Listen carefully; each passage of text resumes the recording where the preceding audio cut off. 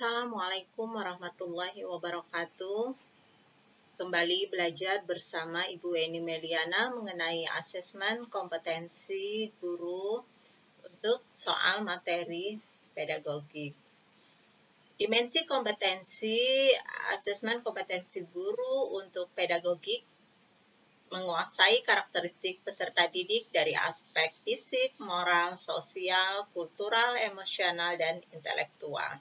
Menguasai teori belajar dan prinsip-prinsip pembelajaran yang mendidik, mengembangkan kurikulum yang terkait dengan mata pelajaran, bidang pengembangan yang diampu, menyelenggarakan pembelajaran yang mendidik, memanfaatkan teknologi informasi dan komunikasi untuk kepentingan pembelajaran, memfasilitasi pengembangan potensi peserta didik untuk mengaktualisasikan berbagai potensi yang dimiliki, berkomunikasi secara efektif, empatik, dan santun dengan peserta didik, menyelenggarakan penilaian dan evaluasi proses dan hasil belajar, memanfaatkan hasil penilaian dan evaluasi untuk kepentingan pembelajaran, melakukan tindakan reflektif untuk peningkatan kualitas pembelajaran. Predikat dan level untuk pendampingan asesmen kompetensi guru, kepala, dan pengawas madrasah. Sebagaimana kita ketahui ada nanti 4 level. Yang pertama itu di 76 sampai 100 itu levelnya mahir. Jadi predikatnya mahir. 51 sampai 75 terampil, rank nilai 26 sampai 50 cakap, dan rank nilai antara 0 sampai 25 itu kategori berkembang. Nah, ini template laporan hasil AKG, nanti ada jenis penilaian, jadi nilai asesmen pedagogik itu predikatnya. Jadi yang tadi pedagogik dari menguasai karakteristik peserta didik sampai melakukan tindakan reflektif. Lalu nanti ada nilai asesmen profesional untuk mata pelajaran yang bersangkutan, misalnya matematika, bahasa Indonesia, bahasa Inggris. Nah ini, berdasarkan hasil asesmen kompetensi guru, saudara akan mengikuti program pendampingan guru level. Nanti akan ditandatangani oleh Kementerian Agama Provinsi. Oke, kita bahas mengenai soal-soal kompetensi pedagogik.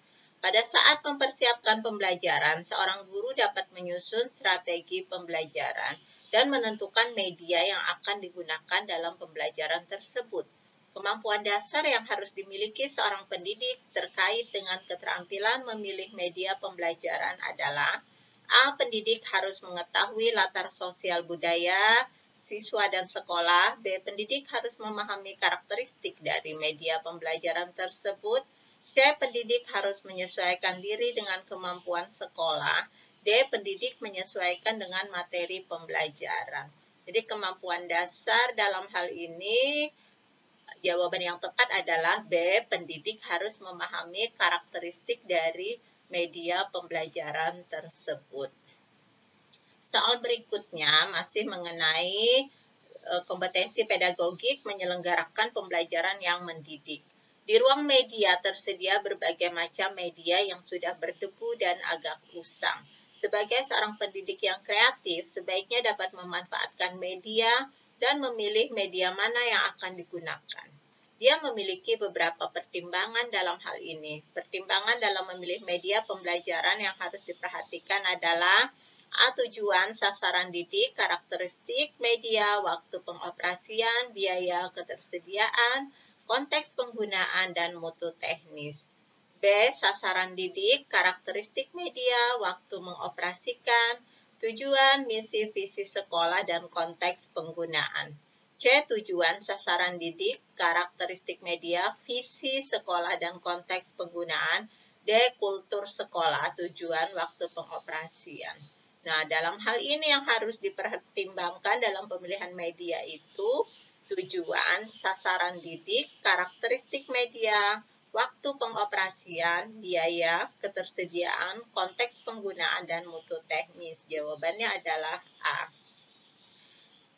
mengenai pemanfaatan teknologi informasi dan komunikasi, ini bentuk soalnya. Seorang guru sedang bergoogling atau membuka situs Google untuk mencari informasi mengenai pembelajaran berbasis teknologi informasi dan komunikasi.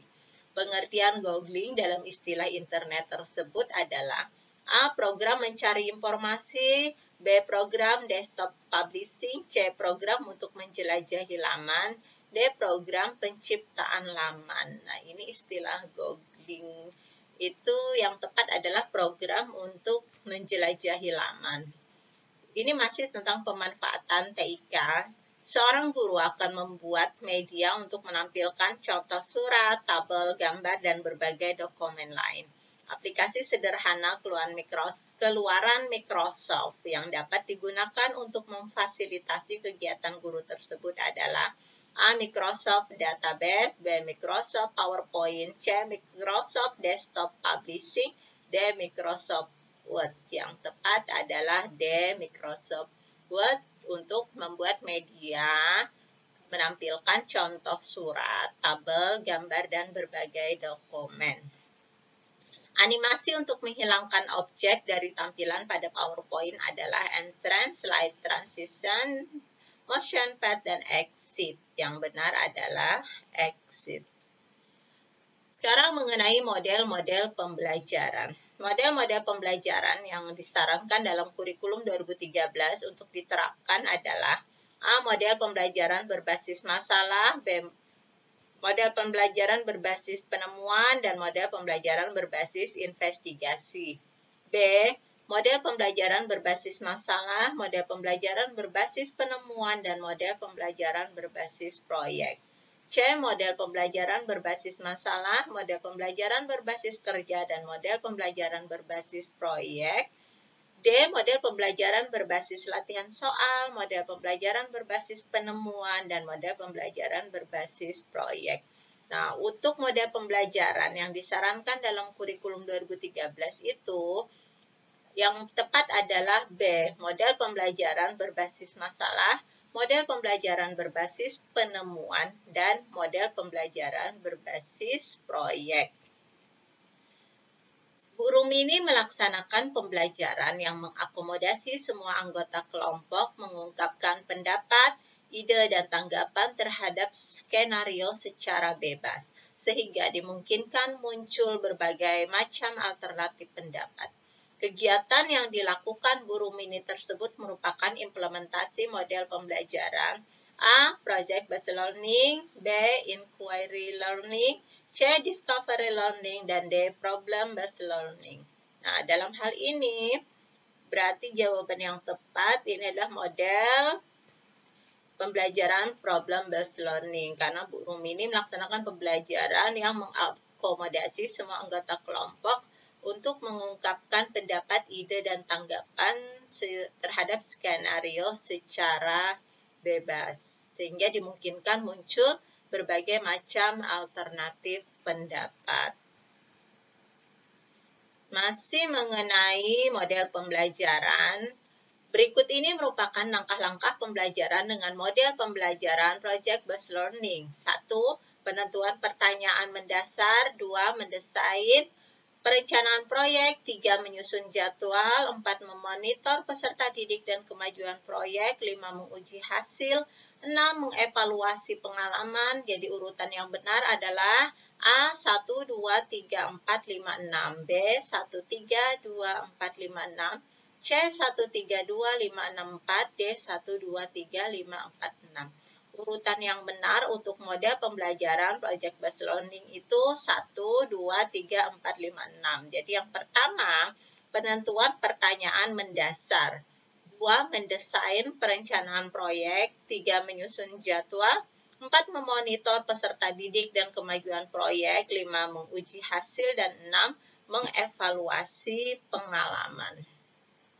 Faktor pembeda antara sebuah model pembelajaran dengan model pembelajaran yang lain adalah A. Model pembelajaran, B. Sintaksnya, C. Metodenya, D. Pendekatannya.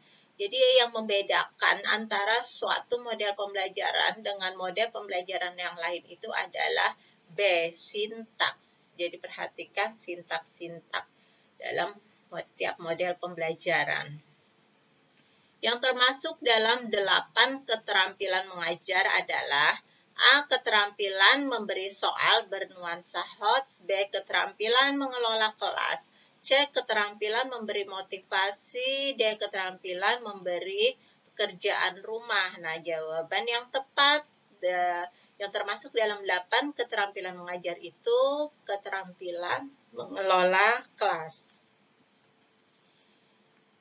Yang bukan termasuk dalam 8 keterampilan dasar mengajar adalah A. Keterampilan membuat soal divergen. B. Keterampilan bertanya. C. Keterampilan mengadakan variasi. D. Keterampilan membuka dan menutup pelajaran. Jadi jawabannya yang bukan merupakan 8 keterampilan dasar itu keterampilan membuat soal divergen.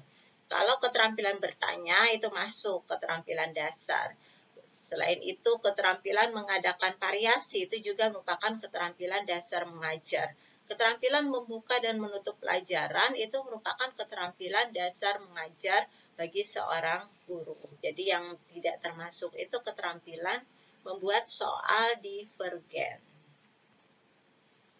Dalam mengawali pelajarannya, Pak Ali merumuskan pertanyaan, mengumpulkan data atau informasi dengan berbagai teknik, mengasosiasi atau menganalisis atau mengolah data, informasi, dan menarik kesimpulan, serta mengkomunikasikan hasil yang terdiri dari kesimpulan untuk memperoleh pengetahuan, keterampilan, dan sikap.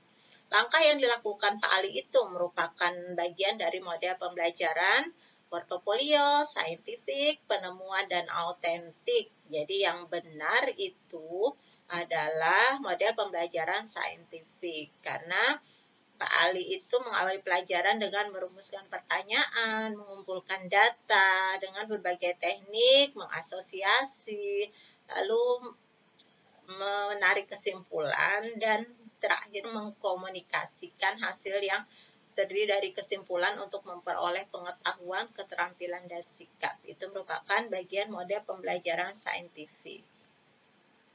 Kriteria keberhasilan belajar siswa ditentukan dengan menggunakan kriteria ketuntasan minimal atau KKM. KKM adalah rata-rata setiap unsur dari kriteria yang ditentukan. Untuk menentukan KKM diperlukan faktor-faktor A. Kompleksitas indikator, daya dukung, dan kemampuan guru. B. Kemampuan guru, sarana prasarana, dan inteks siswa. C. Kompleksitas indikator, daya dukung, dan inteks siswa. D. Kemampuan guru, tingkat kesulitan, kompetensi dasar, dan inteks siswa. Yang harus kita perhatikan untuk menentukan KKM itu faktor-faktornya ada 3. Jadi jawaban yang tepat itu C. Kompleksitas indikator, daya dukung, dan inteks siswa itu adalah faktor-faktor yang diperlukan dalam menentukan kriteria ketuntasan minimal. Fungsi KKM adalah sebagai berikut, kecuali A. Sebagai acuan peserta didik dalam menyiapkan diri mengikuti penilaian mata pelajaran. B. Merupakan target satuan pendidikan dalam pencapaian kompetensi tiap mata pelajaran. C. Dapat digunakan sebagai bagian dari komponen dalam melakukan evaluasi program pembelajaran yang dilaksanakan di sekolah. D. Sebagai kegiatan pengambilan keputusan yang dapat dilakukan melalui metode kualitatif atau kuantitatif. Nah, jadi ini fungsi KKM kecuali, berarti yang bukan fungsi KKM itu D.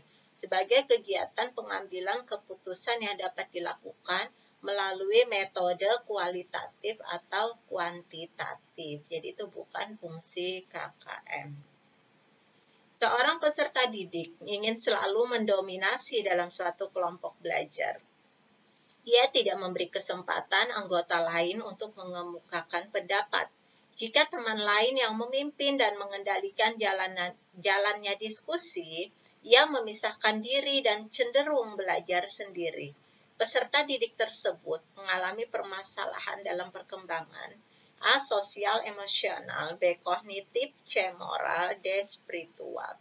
Dalam hal ini, jika kasus yang seperti ini, berarti dia termasuk mengalami permasalahan dalam perkembangan sosial emosional. Model rancangan penelitian tindakan kelas terletak pada alur pelaksanaan tindakan yang dilakukan. Hal ini sebagai penanda atau ciri khusus yang membedakan PTK dengan jenis penelitian lain.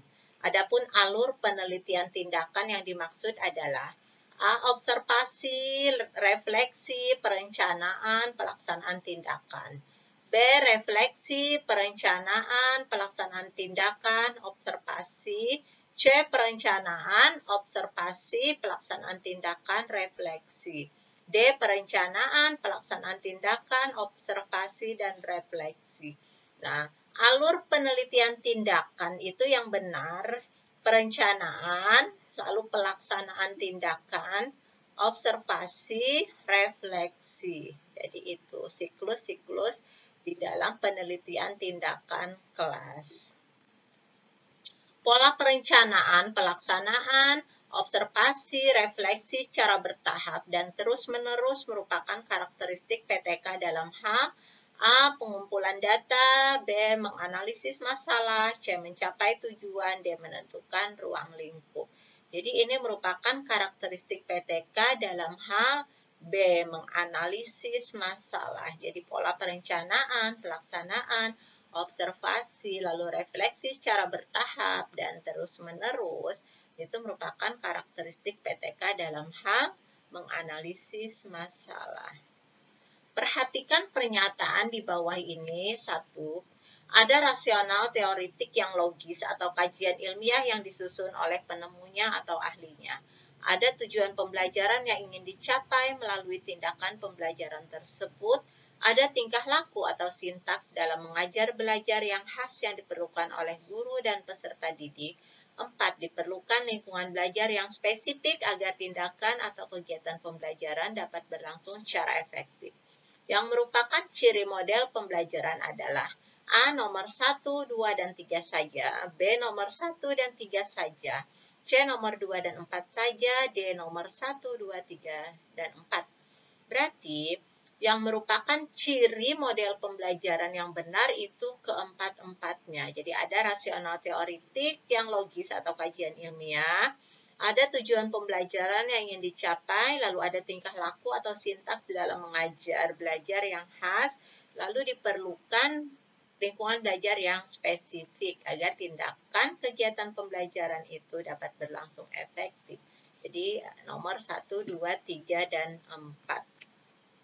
Anggota kelompok yang mempelajari atau mengerjakan tugas atau soal yang sama bertemu membentuk kelompok yang disebut kelompok ahli untuk mendiskusikan tugas atau soal tersebut sampai mengerti benar penyelesaian tugas atau soal tersebut. Model pembelajaran yang menggunakan langkah tersebut adalah A. Model pembelajaran STAD, B. Model pembelajaran berbasis proyek, C. Model pembelajaran problem posing, D. Model pembelajaran jigsaw. Kata kuncinya adalah adanya tim ahli atau kelompok ahli. Nah, itu adalah model pembelajaran jigsaw. Jawabannya D. Pendekatan tes ini menggunakan norma yang disusun secara relatif berdasarkan distribusi skor yang dicapai oleh para pengikut dalam suatu tes. Dengan demikian, maka skor standar yang dicapai oleh seseorang yang didasarkan atas norma relatif ini mencerminkan status individu di dalam kelompok. Pendekatan tes yang dimaksud adalah A. Penilaian berkelanjutan, B. Penilaian menyeluruh, C. Penilaian acuan patokan, D. Penilaian acuan norma. Jadi ini sudah ada clue petunjuknya itu PAN. Jadi didasarkan atas norma. Nah, itu berarti penilaian acuan norma. Di bawah ini beberapa hal yang perlu diperhatikan dalam melakukan asesmen hasil belajar peserta didik, kecuali A. Ditujukan untuk mengukur pencapaian kompetensi, B. Menggunakan acuan kriteria berdasarkan pencapaian kompetensi, C. Ditindaklanjuti dengan program remedial dan pengayaan, D. Dilakukan pengulangan jika ternyata hasilnya banyak yang jelek. Nah, yang perlu kita perhatikan dalam asesmen hasil belajar peserta itu kecuali dilakukan pengulangan jika ternyata hasilnya banyak yang jelek. Jadi D ya, kecualinya itu dilakukan pengulangan jika ternyata hasilnya banyak yang jelek. Pernyataan berikut yang merupakan konsep tentang penilaian otentik yang tepat adalah A. Penilaian otentik menilai kesiapan atau input peserta didik dan hasil belajar atau output secara utuh. B. Penilaian otentik lebih menekankan pada dampak pengkiring dan pembelajaran. C. Penilaian otentik cenderung fokus pada tugas-tugas rutin atau kontekstual. D. Penilaian otentik lebih menekankan mengukur apa yang dapat dilakukan oleh peserta didik. Jadi yang tepat untuk konsep penilaian otentik itu adalah lebih menekankan mengukur apa yang dapat dilakukan oleh peserta didik. Itu jawaban yang benar D. Teknik penilaian yang dilakukan secara berkesinambungan dengan menggunakan indera baik secara langsung maupun tidak langsung. Dengan menggunakan pedoman yang berisi sejumlah indikator perilaku yang diamati. Ini adalah teknik penilaian A. Jurnal, B itu proyek, C. Observasi, D. Penugasan. Teknik penilaian yang dilakukan secara berkesinambungan dengan menggunakan indera, baik secara langsung maupun tidak langsung dengan menggunakan pedoman yang berisi sejumlah indikator. Ini merupakan teknik penilaian observasi. Jadi ini berkesinambungan menggunakan indera.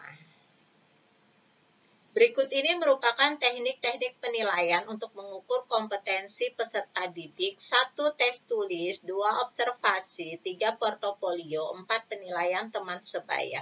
Dari teknik-teknik penilaian di atas, teknik yang tepat untuk mengukur perkembangan sikap kerjasama peserta didik. Nah, mengukur perkembangan sikap kerjasama berarti yang benar adalah observasi dan penilaian teman sebaya, berarti 2 dan 4. Tes tulis itu tidak ke sikap kerjasama peserta didik. Portofolio pun itu bukan ke kerjasama peserta didik. Berarti yang tepat adalah 2 dan 4. Observasi dan penilaian teman sebaya. Penilaian keterampilan dapat dilakukan dengan berbagai teknik, antara lain teknik berikut ini, kecuali A. Penilaian praktek atau kinerja, B. Portofolio, C. Tes lisan, D. Proyek. Nah, yang bukan teknik penilaian di keterampilan itu tes lisan. Itu pengetahuan. Salah satu yang dapat dilakukan untuk penilaian portofolio adalah A. Memberikan penilaian menyeluruh terhadap tugas-tugas siswa dan mengumpulkan lembaran-lembaran jawaban hasil ulangan tiap siswa untuk melihat kesulitan siswa dalam memahami pokok bahasan tertentu dan kemudian diberikan pengajaran dan tes remedial. B. Mengumpulkan lembaran-lembaran jawaban tes harian dan sumatif tiap siswa. C. Mengumpulkan hasil kerja masing-masing siswa yang telah diberikan masukan balik oleh guru dan rekan siswa dalam suatu album sebagai bukti hasil belajar. Dan mengumpulkan lembaran jawaban hasil ulangan tiap siswa untuk melihat kesulitan siswa dan membahas pokok bahasan tertentu. Nah, ini penilaian portofolio. Jadi salah satu yang dapat kita lakukan, jawabannya C. Mengumpulkan hasil kerja masing-masing siswa yang telah diberikan masukan balik oleh guru dan rekan siswa dalam suatu album sebagai bukti hasil belajar. Berikut ini merupakan hal-hal yang harus menjadi perhatian utama dalam membuat rancangan program remedial, kecuali A. Hasil analisis evaluasi belajar peserta didik, B. Perilaku peserta didik di dalam maupun di luar kelas, C. Nilai rapot peserta didik pada kelas sebelumnya, D. Metode yang telah digunakan dalam pembelajaran. Jadi yang harus kita perhatikan dalam membuat rancangan program, kecuali berarti yang bukan itu adalah C. Nilai rapot peserta didik pada kelas sebelumnya. Karena untuk menentukan rancangan program remedial, kita hanya memerlukan hasil analisis evaluasi belajar peserta didik. Lalu perilaku peserta didik di dalam maupun di luar kelas, juga metode yang digunakan dalam pembelajaran. Jadi tidak perlu ke nilai raport peserta didik pada kelas sebelumnya. Berdasarkan data hasil evaluasi pembelajaran tentang memahami teks anekdot terhadap ternyata hasilnya tidak maksimal. Dari 30 siswa dinyatakan belum tuntas sejumlah 50 sehingga mengikuti program remedial. Sedangkan yang dinyatakan tuntas sejumlah 15 orang mengikuti program pengayaan. Kegiatan pengayaan untuk 15 siswa dapat dilakukan oleh guru dengan cara A. Mengadakan pendalaman materi terkait dengan KD tersebut. B. Digabung dengan siswa yang belum tuntas ikut remedial. C. Melanjutkan materi pada KD selanjutnya. D. Memberi tugas mengerjakan LKS. Nah, kegiatan pengayaan itu yang bisa kita lakukan itu mengadakan pendalaman materi terkait dengan KD tersebut. Jawabannya A. Pernyataan berikut yang tidak sesuai dengan konsep refleksi pembelajaran adalah A. Refleksi merupakan kegiatan analisis, sintesis, interpretasi, dan eksplanasi terhadap semua informasi yang diperoleh dari pelaksanaan pembelajaran. B. Refleksi merupakan suatu kegiatan yang dilakukan untuk melihat kembali apakah pembelajaran yang dilaksanakan telah sesuai dengan yang kita rencanakan. C. Refleksi diperlukan untuk memperoleh gambaran tingkat keberhasilan rencana pembelajaran yang tertuang dalam RPP. D. Refleksi adalah sebuah proses memperbaiki pembelajaran yang telah dilakukan berdasarkan data yang telah dianalisis dan interpretasikan. Konsep refleksi yang benar itu D. Refleksi adalah sebuah proses memperbaiki pembelajaran yang telah dilakukan berdasarkan data yang telah dianalisis dan diinterpretasikan. Soal berikutnya. Kegiatan refleksi merupakan kegiatan terakhir dari pelaksanaan pembelajaran. Pada kegiatan inilah guru akan dapat mengetahui berhasil tidaknya rencana pelaksanaan pembelajaran. Kegiatan refleksi dilakukan dengan memperhatikan beberapa prinsip, diantaranya adalah A. Hasil penilaian pendidik dijadikan masukan oleh pendidik untuk perbaikan pembelajaran. B. Ada kesadaran pendidik untuk meningkatkan kualitas pembelajaran. C. Penilaian dilaksanakan di akhir pembelajaran. D. Penilaian dilaksanakan sejak awal pembelajaran sampai akhir pembelajaran. Nah, jadi kegiatan refleksi itu dilakukan memperhatikan prinsip bahwa penilaian itu dilaksanakan sejak awal pembelajaran sampai akhir pembelajaran. Jadi bukan dilaksanakan di akhir pembelajaran saja. Ini merupakan contoh-contoh soal kompetensi pedagogik. Jadi bisa didapatkan di http gg.gg.akgweni. Di sini bahan belajar AKG. Nah, ini sudah saya masukkan di OneDrive. Jadi soal-soal AKG dan bahan-bahan AKG di sini pun juga ada juknis.